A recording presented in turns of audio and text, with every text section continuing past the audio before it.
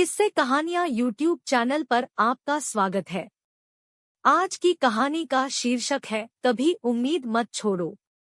Channel को कर दीजिए सब्सक्राइब और करते हैं कहानी को शुरू। एक बार की बात है, एक बड़ा सा पानी का जहाज जिसमें कई लोग सफर कर रहे होते हैं, वो पानी में डूब जाता है और सारे लोग भी पानी में डूब जाते हैं। लेकिन उनमें से एक किसी तरह से बच जाता है।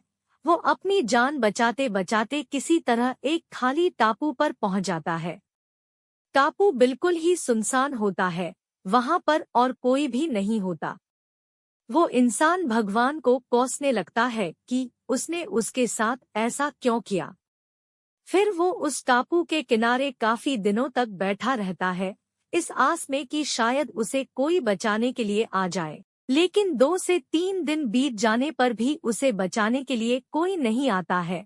वो अपने बचने की उम्मीद पूरी तरह खो देता है। फिर वो जंगल में जाता है और कुछ लकड़ियां इकट्ठा करता है, जिससे वह अपने लिए के छोटा सा घर बनाता है, जिसमें कि वो रह सके। वो आदमी पेड़ों से फलों को तोड़कर और मछलियों को पकड़कर अपना पेट भरता है। ऐसा काफी दिनों तक चलता रहा।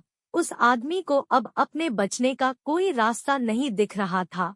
एक दिन जब वो जंगल में कुछ खाने की तलाश करने के लिए गया हुआ था, तभी उसे बिजली गिरने की आवाज सुनाई दी। वो बिजली उसके घर के पास गिरी थी, इसलिए वो वापस अपने घर को देखने आया। तब उसने देखा कि उसका घर बुरी तरह से जल रहा है। वो बिजली उसके घर के ऊपर गिरी थी, जिसके कारण उसके घर को आग लग गई। वो आदमी भगवान को कोसने लगता है कि उसने एक छोटा सा घर बनाया था, वो भी जल गया।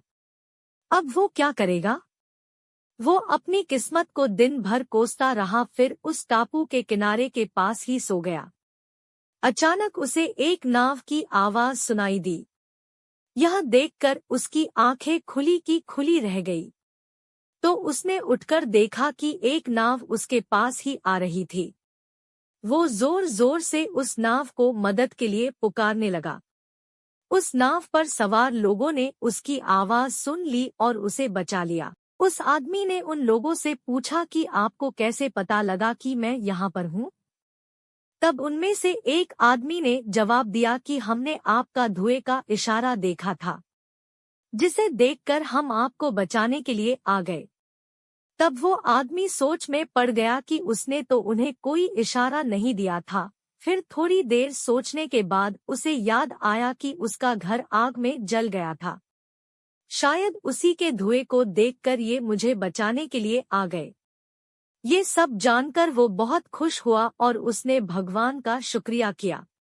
इस कहानी से हमने सीखा कि हमारी जिंदगी में मुश्किलें चाहे जितनी भी आए, हमें कभी उम्मीद नहीं छोड़नी चाहिए और भगवान पर भरोसा रखना चाहिए।